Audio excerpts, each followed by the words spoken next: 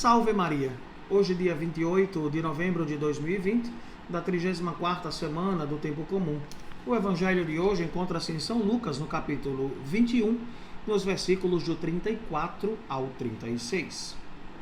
Do Evangelho segundo Lucas, naquele tempo disse Jesus a seus discípulos: Tomai cuidado, para que vossos corações não fiquem insensíveis por causa da gula, da embriaguez e das preocupações da vida. E esse dia não caia de repente sobre vós, pois esse dia cairá como uma armadilha sobre todos os habitantes de toda a terra. Portanto, ficai atentos e orai a todo momento, a fim de terdes força para escapar de tudo o que deve acontecer e para ficardes em pé diante do Filho do Homem. Palavra da salvação. Glória a vós, Senhor. Chegamos, caríssimos, ao último dia deste ano litúrgico, não é? Hoje, sábado, dia 28 de novembro, não o último dia do ano, mas o último dia do ano litúrgico, ou seja, do ano da Igreja.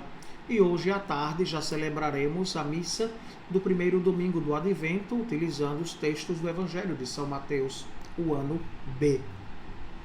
Jesus coloca para nós, né, que é necessário que tomemos cuidado, né, para com os vossos corações, para que o coração não fique insensível, para que não seja um coração insensato, para que não seja um coração que se perde com as paixões. E ele elenca, não é?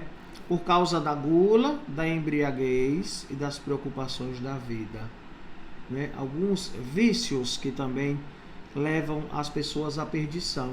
Ele apresenta alguns. Falou da gula, da embriaguez, não é? Mas nós podemos falar, não é, do fumo, da droga, não é, da prostituição, não é, da promiscuidade, né, dos vícios da internet hoje, com tanta pornografia que gira pela rede e tantas outras realidades, não é, que acompanham a humanidade, mas que nós precisamos resistir a todas estas tentações que nos separam de Deus.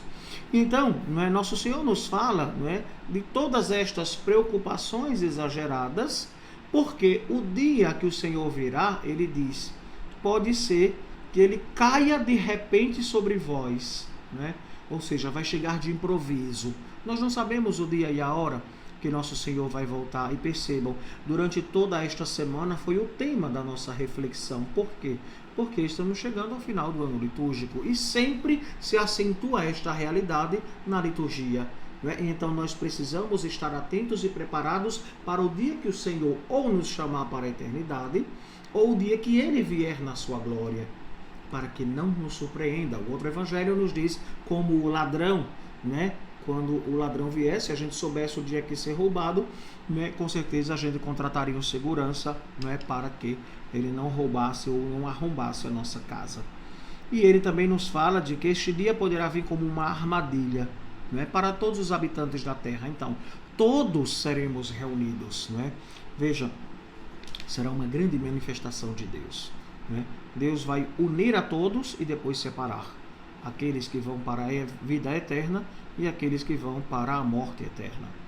Portanto, ficai atentos e orai a todo momento. Né? Quando eu falo que as pessoas, né, devem ter uma vida orante, não é dizer, como alguns até vêm se confessar e diz, Padre, eu rezo tanto, passo o dia, rezo o dia inteiro. É estranho, não é? Alguém que tem os afazeres de casa, que tem as suas preocupações, né? E diz que reza o dia todo. Às vezes eu entendo no sentido que dizer, eu tenho uma vida orante, aí é outra coisa. Porque todos nós podemos ter uma vida orante, não é? Mas a oração nunca é muito. Nunca é muito. A gente sempre pode fazer mais na oração, não é? Então não reze muito, não diga que reza muito, diga que reza.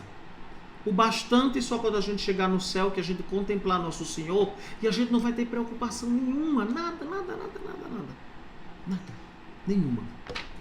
E então, é necessário que a gente esteja preparado, e como eu falava, desta vida orante, Não é que você vai caminhar dentro de casa, né, fazendo a comida ou limpando isso, ou no seu escritório, né, despachando isso com o texto na mão e dizendo que está rezando um texto. Não vai dar.